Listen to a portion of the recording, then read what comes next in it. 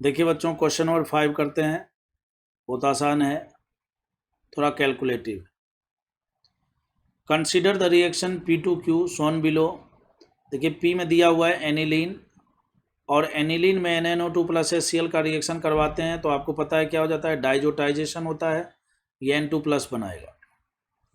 ठीक है ना, BDC बन गया। फिर उसके बाद बच्चों ये देखो बीटा नेप्थोल दिया हुआ है। बीटा नेप्थोल का जब हम बेसिक मीडियम में रिएक्शन करवाएंगे तो सबसे पहला नंबर क्या होगा, ये OH माइनस यहाँ से H प्लस निकालेगा, ये बनाएगा O माइनस। ये O माइनस क्या करेगा, इस रिंग में रेजोनेंस के थ्रू इस ऑर्थो पोजिशन पर इलेक्ट्रॉन डेंसिटी बढ़ाएगा।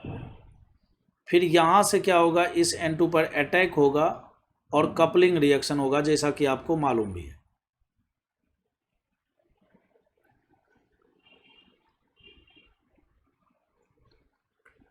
तो यहाँ पर N डबल बोन N, यहाँ पर PH हो जाएगा, यहाँ पर डबल बोन O है, एरोमेटिसिटी लॉस है।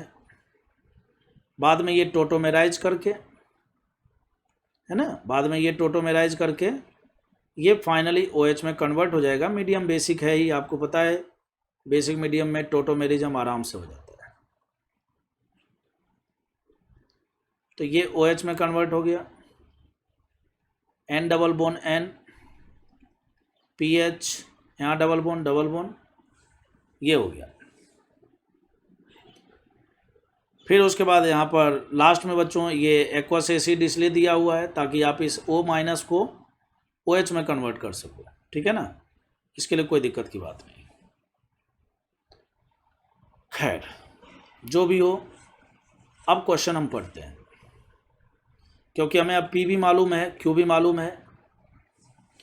P में बच्चों एक ज़रूरत पड़ेगी इसमें मोलेकुलर वेट की। ठीक है ना, तो इसका मोलेकुलर फॉर्मूला पता कर लेते हैं।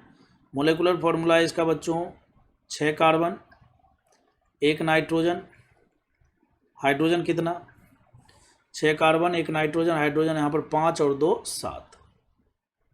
यहाँ पर 12 × 6 करोगे 72 प्लस 14 प्लस 7, टोटल ये 93 ग्राम का है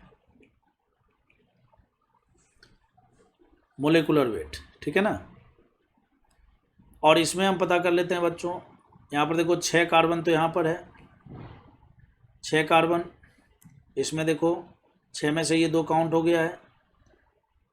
ठीक, इधर 4 कार्बन, 6 4 10, और इधर 6 16 कार्बन हो गया। फिर उसके बाद नाइट्रोजन कितने हैं, 2 हैं, ऑक्सीजन कितना है, 1 है। अब हाइड्रोजन काउंट कर लेते हैं। यहाँ पर देखो 1 2 3 और 4, 5 1 6 1 7 और 5 इसमें 12,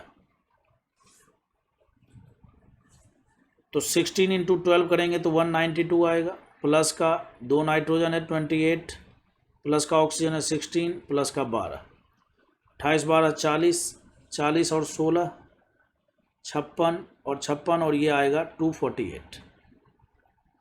इसका मोलेकुलर वेट पता कर लिया हमने। अब क्वेश्चन पढ़ते हैं, आपको क्वेश्चन तुरंत समझ में आ जाएगा।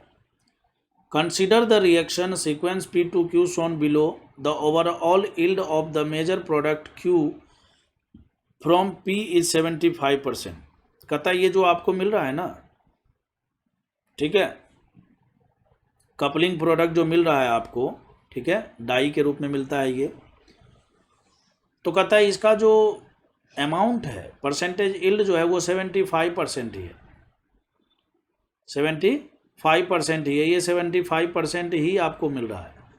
मतलब अगर ये आपने 1 मोल लिया, अगर आपने ये, कलर चेंज कर देता हूँ, अगर आपने ये 1 मोल लिया तो ये आपको जो है ना 75% का मतलब 0.75 से मल्टीप्लाई करना, तो ये आपको 0.75 मोल ही मिलेगा। अब ये एक्चुअली में मोल कितना लिया है ये क्वेश्चन पढ़ने से पता लगे। कहता है what is the amount in gram of Q, Q के अमाउंट हमें बताने हैं। Obtain from 9.3 ml of P का देखिए P का जो अमाउंट है वो ml में दिया है, और उसको ग्राम में चेंज करने के लिए डेंसिटी दिया है, देखिए यहाँ पर।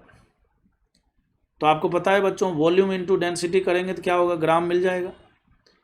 तो P का अमाउंट क्या हो जाएगा, 9.3 इंटू 1 ग्राम पर ml दिया हुआ है, तो बेसिकली 9.3 ग्राम हो गया। इसके मोल्स निकालोगे आप, मोल्स ऑफ P, तो 9.3 में मोलेकुलर वेट से डिवाइड करेंगे, तो 93 से डिवाइड कर दिया तो 0.1 मोल हो गया। तो अभी मैंने आपको बताया था कि जब हम 1 मोल P लेते हैं P, तो हमें मिलता है 0.75 मोल Q। तो जब हम 0.1 मोल लेंगे इसका P का, तो इसको 0.1 से मल्टीप्लाई कर देंगे। समझ रहे हो ना बात को। तो 0.1 इंटू 0.75 मोल Q मिलेगा। तो ये Q के मोल मिल गए। तो इसीलिए मोलेकुलर मास अगर हम पता करना चाहें, ठीक है, वेट पता करना चाहें, टोटल अमाउंट हम पता करना चाहें Q का, तो क्या हो जाएगा बताओ। तो अमाउंट ऑफ Q इन ग्राम क्या हो जाएगा बताइए। पहले तो जितना मोल मिला वो ले लीजिए और उसको मल्टीप्लाई कर दीजिए 1 मोल के मोलेकुलर मास से, 248 से, ठीक है ना। अब इसको मल्टीप्लाई कर देना है, मल्टीप्लाई करेंगे जो भी आएगा वो फाइनल आंसर होगा, ठीक। तो चलो, इतना मेहनत जब हम किए ही हैं तो इसको भी कर ही लेते हैं।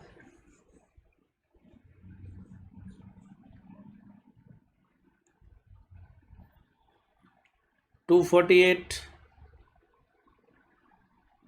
इंटू में 75,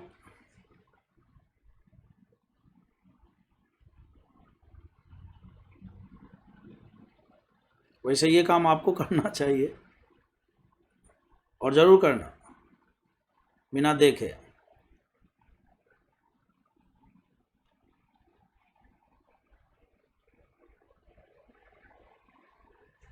ये मिल रहा है